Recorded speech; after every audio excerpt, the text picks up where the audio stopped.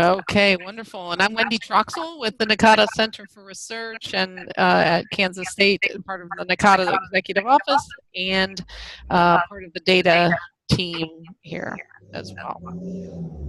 And if you're not speaking, we just recommend you hit mute.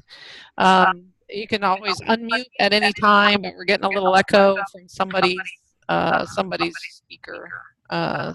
So if we keep that, I'm going to search you out and mute you anyway. So that, okay, great.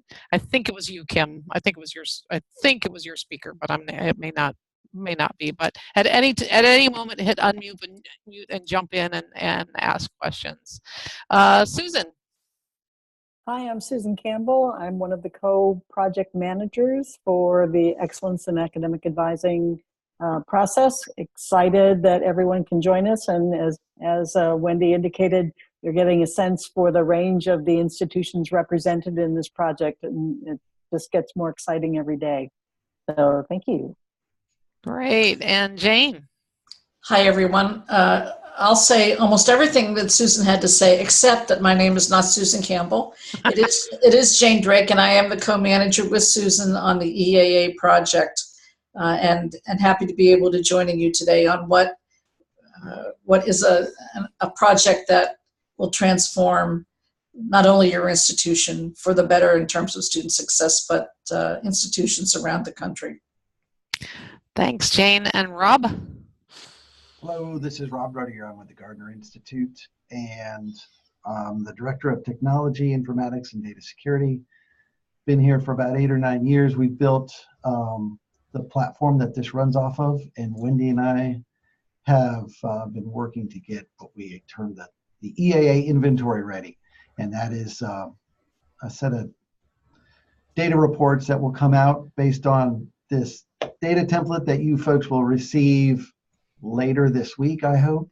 I'm making some final edits and making sure everything is as clear as can be, but we'll continue to talk after this. This is going to be the 10 or 30,000 foot overview of what that will address. Great. And Steve, hey, welcome. Hello, folks. Quick introduction of yourself. Hi, Steve Averis, Dean of Advising and Academic Success at Wheaton College, Massachusetts. Awesome. Okay, I am going to share my screen and hope you can see it. What do you see? Wow. Presentation. There we go. Okay. I got some weird things going on my screens here, so hopefully we will. Okay, here's where we're headed. Just an overview of this project, an overview of the inventory. We'll start to talk really specifically about data and kind of the range of data, as well as the timing of it all. And at any point, jump in. We do have a chat feature in Zoom that you can see, but feel free to just jump in, because if you have a question, it's likely that others are wondering the same thing. So jump in at any time. Just a reminder, you've seen this a lot, that we have 9 conditions for which we'll be collecting data, collecting evidence in lots of different forms, and the platform that Rob will show you is the file cabinet that holds all of that information and makes it available to the conditions teams to be able to do their evidence-based self-study. Reminder just about the process.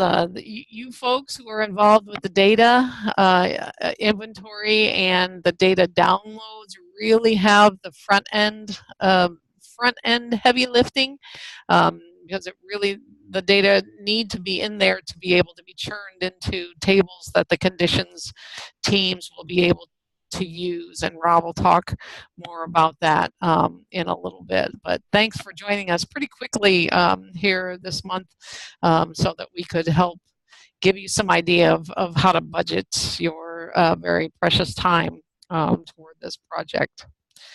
Just pulling out one condition, just for those of you that have seen it, and maybe a couple of you are fairly new to it. Each condition has a description. Within each condition then are also key elements for which data will be available in all forms. As I said, some will be student level data, some will be artifacts from existing campus policies, procedures, committees, structures, that kind of thing, as well as data from 2 surveys, from a faculty and staff survey, as well as a student survey that will feed the evidence to each of these conditions. And then also on the platform, the conditions will be further delineated into a series of prompts that will guide your self-study. So think of the platform as the big workbook that you'll use to conduct the self-study. So let me turn it to Rob to kind of give a little bit of an overview, and then we'll dive into some elements of the inventory. Thank you, Wendy. I always like to make a few comments on the platform itself. It is a big workbook. It's a filing cabinet. It's meant to share the information that's being gathered about this self-study so that you can give anybody access to this platform read-only if they need to. If they're on a committee, then they'll obviously be able to access and make changes to certain sections, but it's to provide some transparency about what your institution is going to be going through over the next year or two. Because you can give access to anybody, hopefully it will reduce rumoring. We can provide roles to help in that. It also, if you use it as intended, which is to place notes, recommendations, and note what pieces of evidence actually support the findings that your committees come up with. This will be a historical record of what you're doing in 1819 and 1920, the academic year, and how you're going to get to implementing those changes in academic advising later on. Because what you don't want to do is turn around in a year or two and be asking people to make changes, and they'll say, but why? And they'll say, well, we need to go through a self-study. And you can say, I already did. Here's a login. Let's go through this, and you can see, how we got here. What sort of questions, what evidence was used to make the recommendations you now see we're implementing. You can share information both across your institution along with other stakeholders that you think need to see what's going on. And this access can always be revoked. It can be changed. So it isn't, once done forever is that role set. In fact, you folks who are here are probably going to be project leaders or institutional researchers who have to provide data. You're going to have a special role, especially in the beginning. Later on, those roles may change. You may choose to add others to help you and assist. There are roles there to help with that so that everything isn't on your shoulders. Although right now, you know more than anybody else. So, but we are here, Susan, Jane, Wendy, myself, to answer questions along the way. There's basically a fire hose that the 4 of us are helping to deliver. Let's see, it's going to integrate responses that your institutional committees make about these conditions and the key elements along the way, and they will filter into sort of a template to help them create, we hope, a cohesive analysis and report on that particular condition and also in the final recommendations area. It's going to help you track recommendations so you can see across the 9 conditions where there are themes emerging, where things that keep popping up along the way. And then they'll allow project leaders to help see where the different committees are. How often are they meeting? What are they doing? Are they meeting? Are they making changes in the platform? So it's to help them also be that leader in this project. In that same vein, there are fellows from that will help advise you through this process from NACADA, and this helps them see what's going on your side. They're not going to be at your institution. They're not going to be in every single meeting, but the platform helps them see what's being said, who is participating, and be informed along the way. Now, this doesn't replace what you currently already do in reporting about your advising and other data elements at your institution, but hopefully this will help. We've crafted this to be a unique lens through your institutional data, particularly on advising and how that affects student success and progression at your institution. Now, to sort of make the switch over to the inventory side and the data side, we're going to ask you to provide some institutional definitions so that the codes that you may be using in Banner or PeopleSoft or whatever it is that you use, we can understand what those codes mean, and at the same time, you'll tell us what titles make sense to your people who are going to be on these teams. The data collected is meant to be, the population is your entire undergraduate degree-seeking population over the last 9 or 10 years. Now, if you turn around and you say, well, we just made a change in systems 5 years ago and we don't trust anything before that, well, then let's just do 5. Whatever the best amount of data that you can provide, that's what we're looking for. 9.5 years gives us 150% view into 4 cohorts. We're also looking at considering the IPEDS outcome measures where they're asking you to report on the 8 years for cohorts. So they go back to 2007, 2008 now maybe for those cohorts. So since you're already collecting data on that, in order to see some trends on your cohorts and advising trends over those years, that's why the population is so large. We can start by collecting data and reporting on maybe 1 or 2 years to begin with, to make sure that we're looking at the data correctly, that you're pulling correctly. That's fine, but in the end, it's the 9.5 years. Not everybody will be able to provide every data element that's in this template. That's fine. But sometimes that is also a finding that you bring to the steering committee or to some other committee where you say, well, I've been asking for this, somebody else has been asking for this, and now the EAA process is also recommending that this is a data element that's important to track. And you have conversations around that if you think it's worthwhile. Now, we're not here to replace anybody at your institution. We're here to augment them. I just want to mention that again. And we also want to do this webinar now, sort of at the very beginning, because we know that these folks, institutional researchers, data analysts, researchers that are in charge of pulling data, already have a calendar made for them that's pretty full. And so knowing when you want to start this project, you can work backwards and sort of fill in where you can when you're going to be able to get this work done so that you can start the EAA process.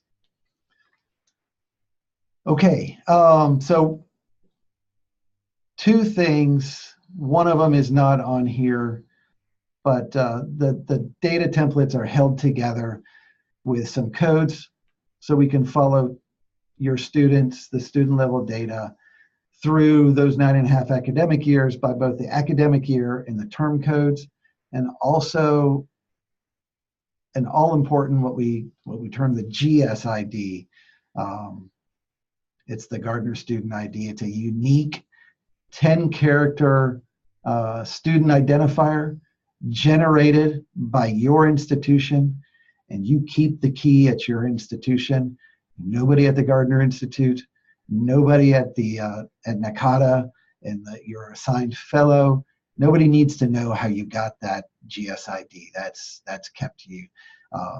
As much as possible, we want to keep these records unique, the data anonymized, so that it's not associated with any particular student, at least in terms of, if they find out who the GSID is, that doesn't relate directly unless they have your key to that student ID or that student's email address or anything like that. That stuff is kept on your end.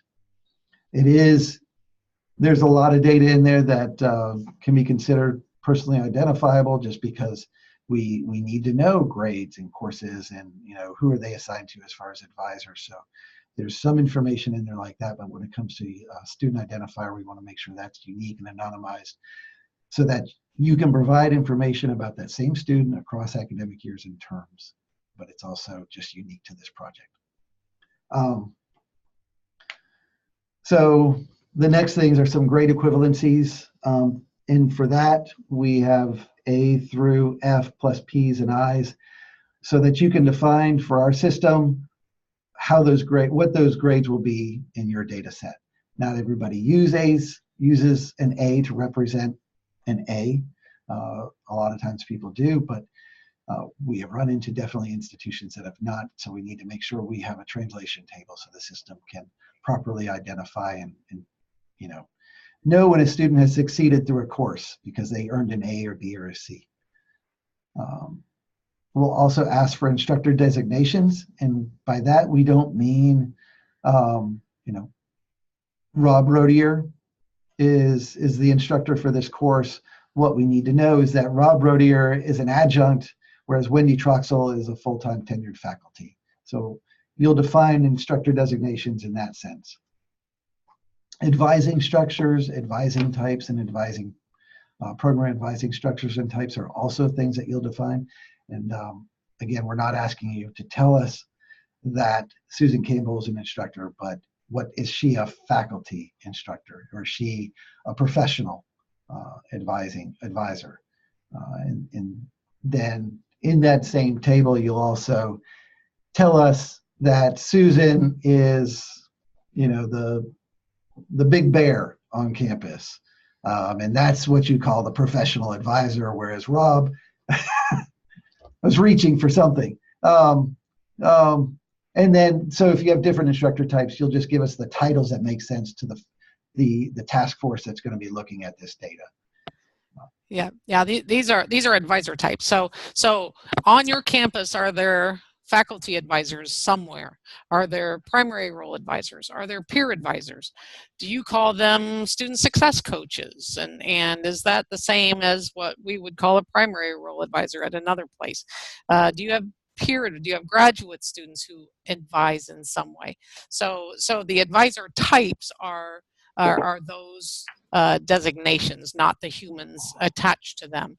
The advising structures are in some academic programs on campus, we have all faculty who do the advising. In some academic programs on campus, we have a combination of faculty advisors, and there's one primary role advisor who serves a number of programs within the College of Arts and Sciences, for example. For our undeclared students, we have primary role advisors and peer advisors so anywhere on campus where you have some kind of structure. Now, some of your campuses have all faculty advisors, but many of them have a combination, and some have different combinations depending on the academic major. So we're going to connect in this platform the structure, all faculty, combination, shared, whatever, and the types, faculty, primary role, peer, whatever, student success coaches, to the academic major.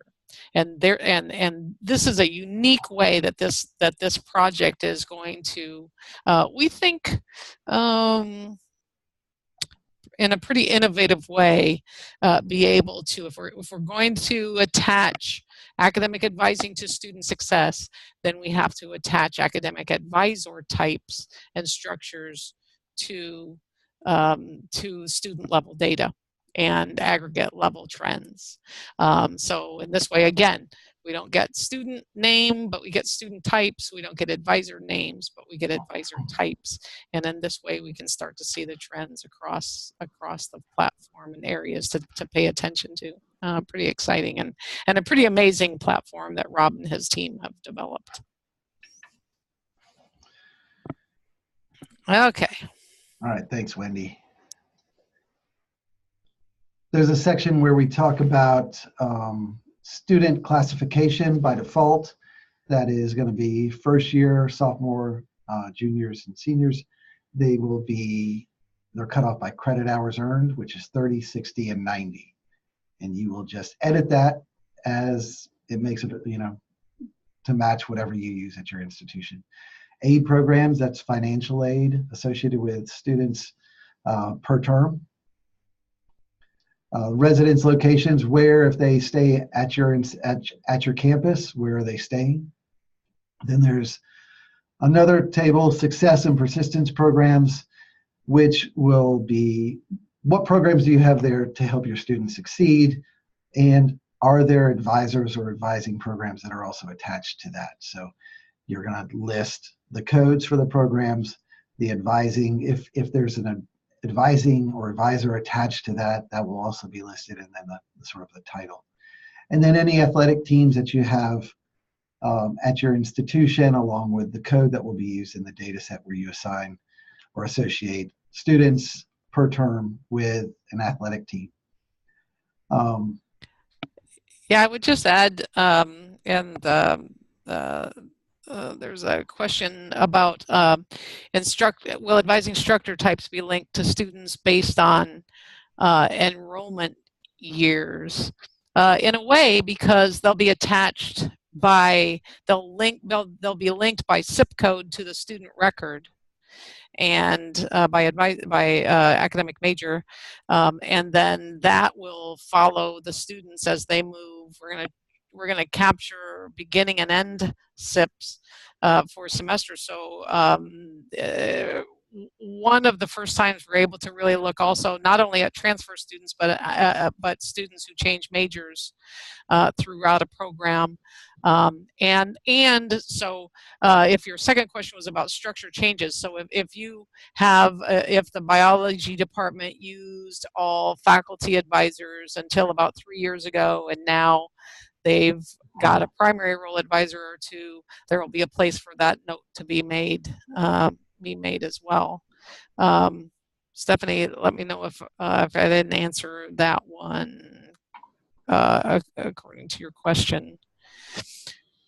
The other thing I was about to say was on the success and persistence program. So this is likely part of the conditions teams or the steering committee that will start to list these programs. So do you have workshops, study skills workshops? Do you have tutoring programs that are optional? And someone mentioned the other day, last week, like, wow, we have a lot of these programs, but they're all over campus in a lot of different places in a lot of different ways. And it's like, exactly. And this is an opportunity to pull them all together and see where there is synthesis kind of across programs, where there are gaps, where there is redundancy, and as Rob said, are the advisors actually involved in them, and to what extent? And the self-study process allows you to say, they're all over the place, they're being handled appropriately, sometimes advisors are involved, sometimes they're not, we're fine with that. Or, wow, this is an opportunity to kind of get some arms around all of the programs that are going around on campus, and at least have a lens toward the scope of them and where there are trends and gaps. Okay.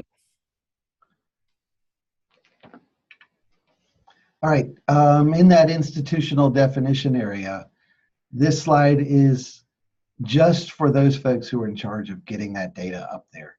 You do not need to collect information and fill out anything under that comparative course information link, unless that's been assigned to you. But initially, to get the data, it's to get the data into the system.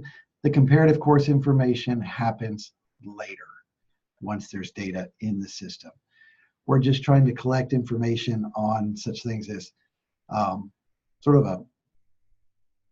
what is Calc 1 called across institutions. Everybody calls it something a little different. Sometimes if you dig in enough, you can tell that Calc 1 is Calc 1, or college algebra is college algebra. but you can't always tell because it might be Math 101 somewhere, Math 1101 somewhere else, or something even more obscure. And the titles can also be hard to decipher. So here, when the data is loaded, we're just asking somebody to go in and sort of map your institution's course name to what we have in this comparative course information section.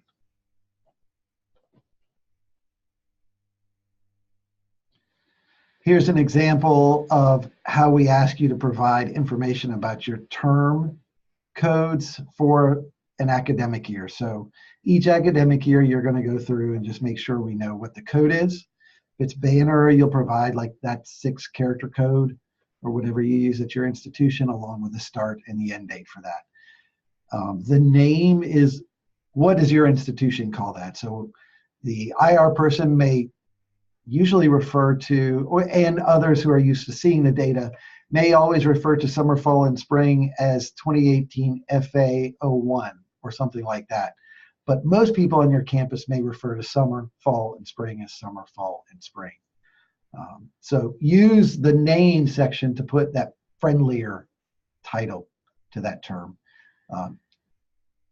And you don't have to just use 3 codes. This is an example.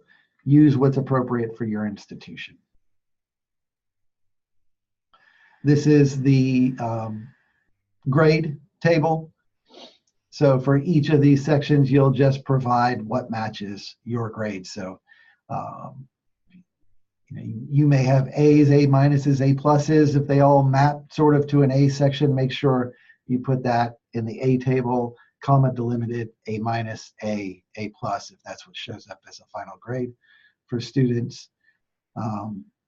Where I see the greatest variety is usually in that DFWI range. All sorts of grades are given out at institutions that map to not passing a course, not succeeding in that course. And the system does a quick check after you've uploaded the data to see the fields that I'm looking for, I being the system, do I have definitions for everything that I need to? And you can just take a quick look. If the system is saying that it doesn't map EAA or NX or some grade to something that's in here, just as the person loading the data, take a quick second and go, well, that's a course that doesn't count anyway. It's it may be a course that a degree-seeking student is taking, but for some reason it actually doesn't. It doesn't count towards their degree, and they know that they're maybe auditing a course, and you just pass on assigning it any sort of grade. If it does fit into the pass section, make sure you put it in there. And if it's any sort of, this does not count as a pass, it's a fail in any type, make sure you assign that grade to the F section. And then you can always talk to me or Wendy or your, if you have questions about this. This is all like a 10 or 30,000 foot overview. Once you get the data template, you'll go through it and look at those data elements that we're asking you to provide.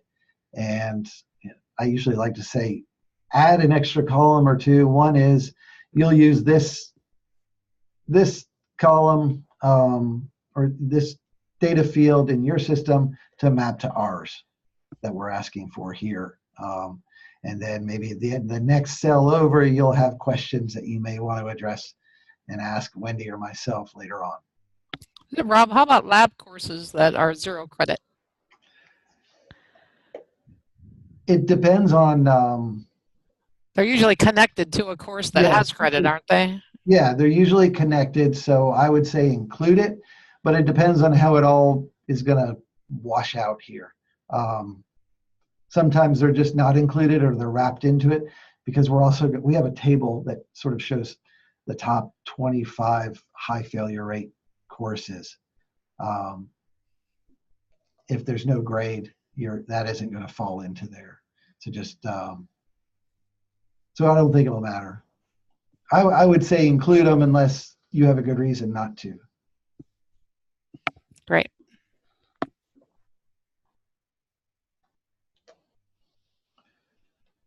Another way I'd look at that question is the lab associated with the transcript for that student? If it isn't, then don't add it. If it does show up on that transcript, then it should be included, I think. So we break up the data elements that we're asking for into 3 unique sections: student elements, course elements, and financial aid elements.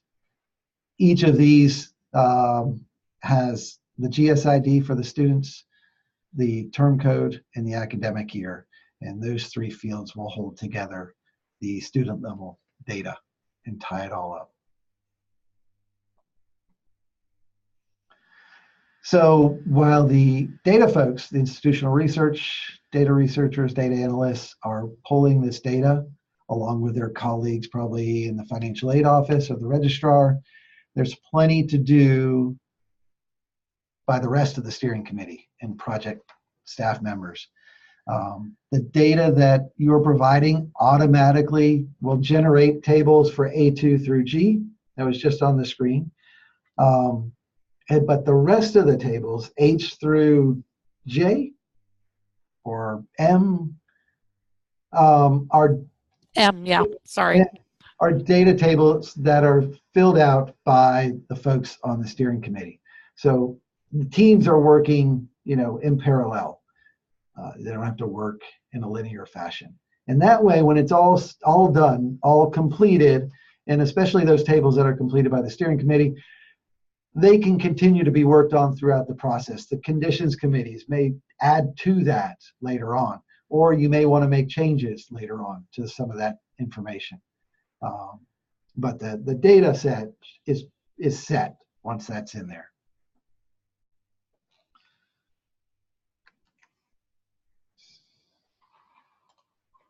Are you gonna share your screen to I was just show going to the pull flip? it up so I can do a quick, this is what it looks like. As soon as I pull this up, it'll.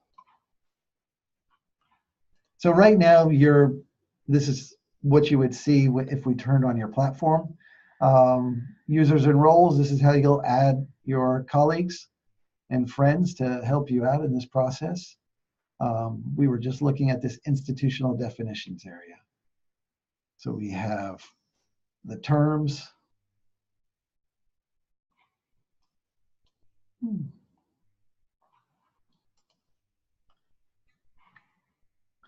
And it does log you out if you have no activity in about 5 or 10 minutes.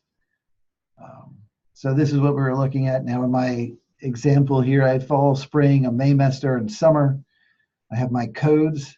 Leading zeros are very important. So when you're making a choice, if you're going to use leading zeros, use them both when you're defining them in the institutional definitions area, as well as in your data tables that you're going to upload. Advising structures. This is what it looks like and what it's asking for.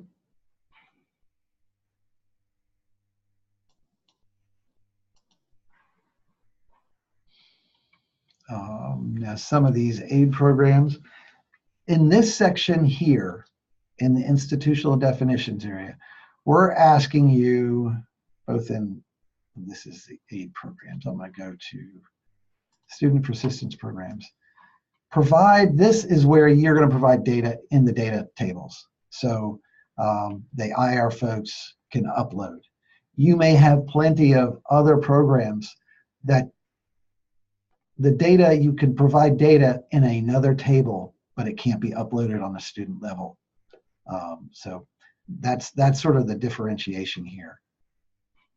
But the friendly name, whatever code is in the data, whether or not it's inactive, and what if inactive means you want it to be used in the data representation later on, not whether it's active now. If it was active for the first 5 years of the data you're providing, but not the last 5 years, it just won't show up because you're not going to provide that code in any of the data.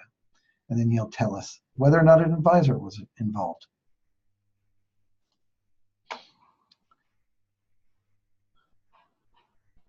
I'm going to jump. Let's see what happens.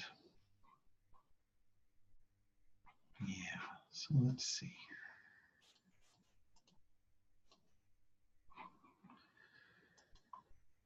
So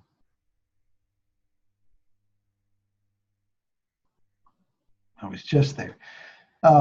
This top box is going to have the way for you to download. I'm going to send the file to you, but if you need other people to retrieve it, if you want to retrieve the most recent version of it, that data file is going to come from this link right here, inventory upload specifications. And it's just an Excel spreadsheet with, it's a workbook with 4 spreadsheets in it. The fourth one, called the mini retention file, we only need if you're providing, say, the final, was a student retained, did they graduate type of information for fall of 18. Otherwise, you're providing the rest of the information that you can for the academic years in the other tables.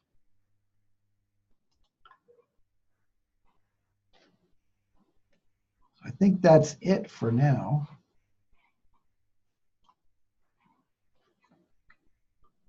Any questions on this? Hi, this is Celgis from FIU. Both Charlie and I are kind of listening in, more like on the executive level, but we are going to have other people actually performing a lot of the work. Is there documentation that is readily available to share with other people, like that it's online? Do we have a support person? We've done stuff before for like the Gates Foundation and all that stuff, and they're very detailed in the documentation, the file layout, the definition of the different elements for consistency, and we have a dedicated support person. So I was wondering if you guys provide the same. Yes, we're going to be providing that. The goal is to send that out on Wednesday, and then you can share that with the people at your institution who will be handling the data lift. Awesome. On this end, there's me, there's another person, Ethan Campbell, who will be assisting, and Wendy. Great, that's good to hear. Right, and your EAA fellow, who will be kind of your consistent liaison throughout. But in terms of the data, the very specific data stuff, then Rob and Ethan and I are your main contacts, and so we'll have the data definition spreadsheet this week, and then there's an entire guidebook which has explanations of what does this table mean, how does this table get generated, from what how to translate the inventory pieces. And that guidebook will appear on the platform as well. It will be embedded there along with the 9 conditions of excellence. So that will be the place where you can access that as well. Right down there. How do I give access to people to the platform that will be uploading? Okay.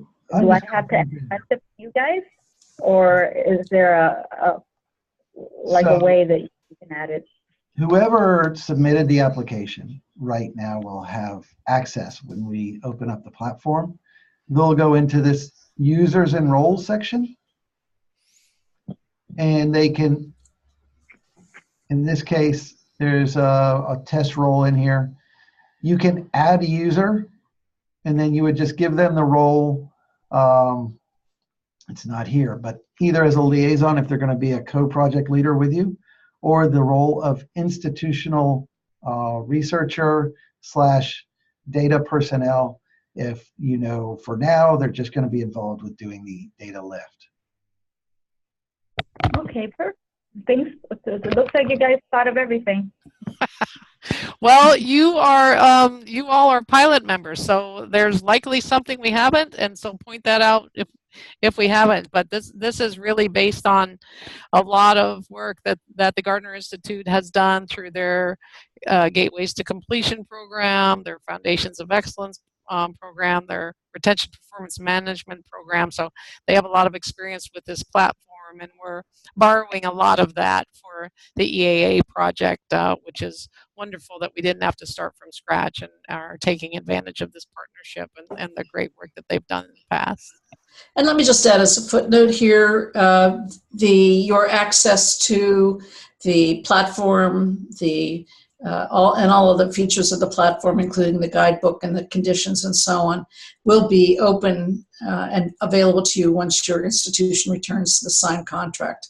That's kind of that magical moment when the proverbial floodgates will open and you'll have access to that material. I will add, however, before Rob gets nervous, that there are still parts of the platform that we're working on. The data pieces will get done first, and then we have to turn to the conditions and the prompts and the surveys, and so we're working as you're working throughout the very beginning phases of this project. It'll be ready when it needs to be ready. There'll be some elements that'll be ready before others. Thank you, Wynn. Yeah, when you first log in, the data pieces are the first things that we need to load and get that inventory going. So your conditions committees aren't going to be able to jump in and start answering conditions because they're not there yet. They happen once there's data to help support those conversations and after we build them. All right, we're back to inventory review. Can you see that? Sure. Okay, great. All right, so section A that we didn't go through, it shows this can be completed by a project leader or the IR person, whoever wants to tackle this first.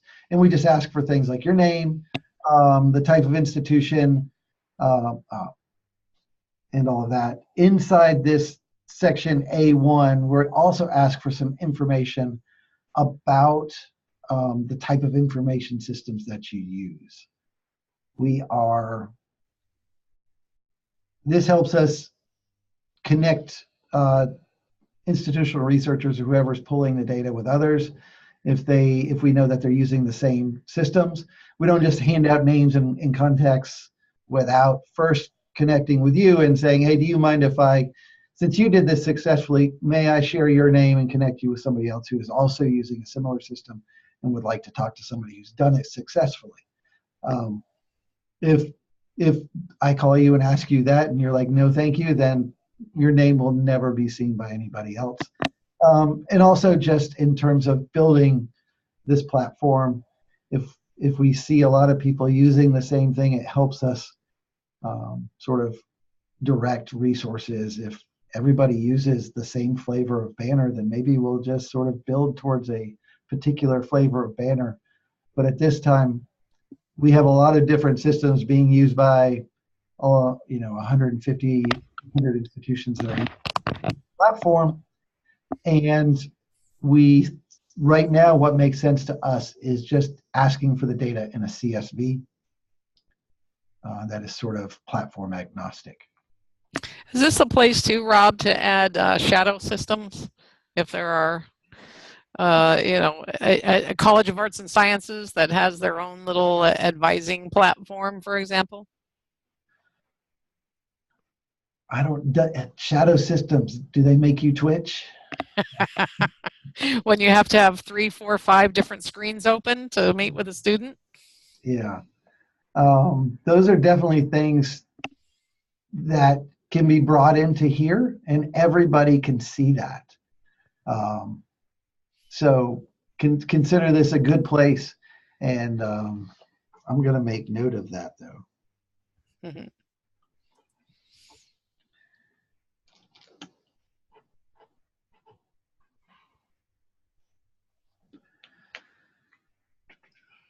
Yeah, so and you can put in as many systems as you wish here. Who should be contacted there if Wendy or I have a question and we want to reach out and just ask for some clarification, or for, like I said, if we want to, try to connect you with somebody else who might have a question using the same system. Okay, so we started with this, and the conditions teams don't start their work until the tables are there. And by the way, I think Rob mentioned this, but just to reiterate, one of the screens that he showed had a bunch of retention step tables and trend tables and by this and by that. You don't build those tables. The system builds those tables based on the data that you provide. So from those raw files, the magic happens with making some meaning of the data. You want to say anything else about that, Rob? I think you shared that. If they see this in the guidebook, the breakdown of the different tables, we don't want you to create these tables and send them to us. The data does it. The system does it with the data you provide. Also, I want to say that just try to build in 2 to 6 weeks of verification time. And it just depends on how much time you have between when they want to start and, but sort of work backwards from there to give yourself some time to go through this data once it's provided in this system so that we absolutely need you, the IR folks, to be able to stand up in front of everybody on this task force and say, the data in these tables, even if it presents it in a way different than you usually present it in your reports, it's correct, and our department stands behind what you see here. If there are other caveats or things that you want to say about that, each table has little sections where you can put a note that says the reason this may look different, or this is based on, to make this table we took, we're assuming this. There are lots of ways to look at it, but it's just important to know that we don't want everybody else looking at this data until you verified it and we've helped you verify it if you have any questions, and then there's a chance to upload maybe an additional set of data to, if it looks like it was reported for some reason in a way that we didn't expect. Being the pilot cohort, there's a good chance that we may need a little bit of extra time just to make sure the tables are reporting as expected. As Wendy shared, we've used this same structure in 3 different platforms, but they're not based on advising. They're based on really retention, course transformation work, or first year success and transfers. This is the first time we're doing it with an advising lens on the data. So it's an important, and I think it's going to be an amazing report out and view of everything, but we do want to make sure that there's plenty of time to look at it. And I want to say that because I also want you folks to be comfortable that we're not rushing this. That's why you're our first webinar. Getting the data together is that important. You're the first webinar. Once the project leads have talked to, the directors and presidents and CEOs of our institutions, the next step is to talk to IR to make sure that they know that this data is absolutely essential to having a successful project. I'm going to step down. Yeah, let me open it up to question. One question that did come up from another group last week was about IRB protocols. Know that we won't use these data across the institutional platforms without your consent. That's not the intent of this project. So if you have internal requirements for human subjects research data collection to be shared outside of your campus, then by all means dig into that on your own campuses. Questions? Yeah, the contract gives us permission to use aggregated data for this purpose, but currently we don't have kind of outside. Oh, I'm about to go present on your data. We're not going to do that without letting you know first or asking you permission. Any questions, comments, concerns, running, screaming from the room, cheering?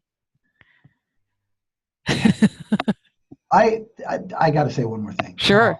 Yeah. So this is a high level overview. Once you see the data, then before you start spinning your wheels, or if you find yourself getting frustrated, please reach out, and we could set up a 30-minute phone call to answer questions that you may have about, as many things as that come up. But usually what happens is I end up having, or Ethan and I have, anywhere from a 30-minute to, I have spent hours on the phone with people before, just to make sure as they build, some people have built their own data warehouse so they can answer questions later on based on this same data that they're pulling.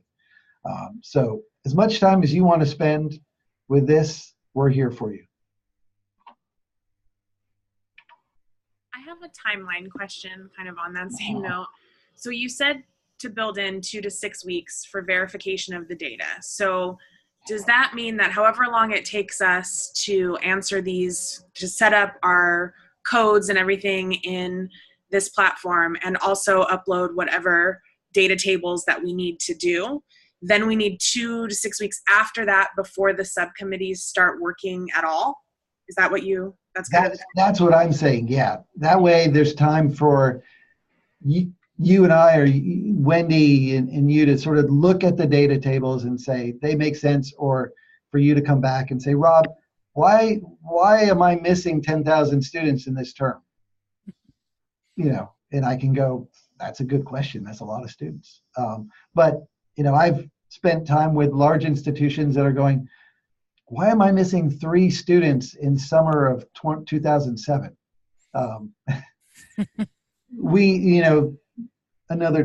That leads me to something else. I mean, really, we're looking at action analytics, which, will hopefully allow us to fudge a little bit and not get down to each single student. We're not talking about making sure you get this exactly right, but we do want you to get really darn close, so that you can stand behind it. And it uses the new iPads definitions of first time full-time, first time part-time, non-first time full-time, non-first time part-time. So they should be the classifications of students that you're using anyway. This will be one of the first times we'll be able to look at transfer students in this way as well, which is important to advisors. And Wendy, Yep. and Rob, I'm sorry I had to let my dog out, but there's data and there are other forms of evidence.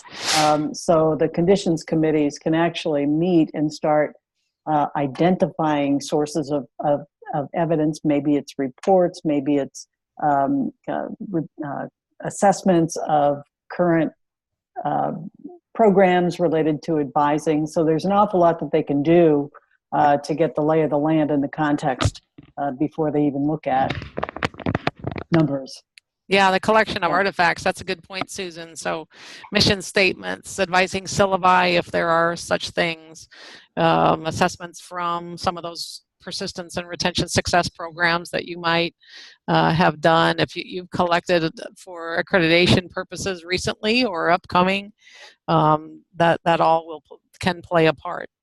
So yeah, there's plenty to do in the meantime. All right, we're at the top of the hour. Let me real quick put in my email address, and you have, I think, Susan's and Jane's as well, and probably Rob's. Some questions I'd send to Rob if I need to, but if you've got other questions or comments or concerns, shoot them to us, and we'll be happy to talk those up with you. And if it's a good question that everyone else needs to know, we'll probably forward that to everybody as well. So thanks for taking the time. It feels a little overwhelming probably, but it's an exciting project, and we're incredibly thrilled that you're a part of it. It will be innovative for sure for higher education. All right. If there's nothing else, I'll stop the recording and we'll hang on for a couple minutes if anyone has any other questions.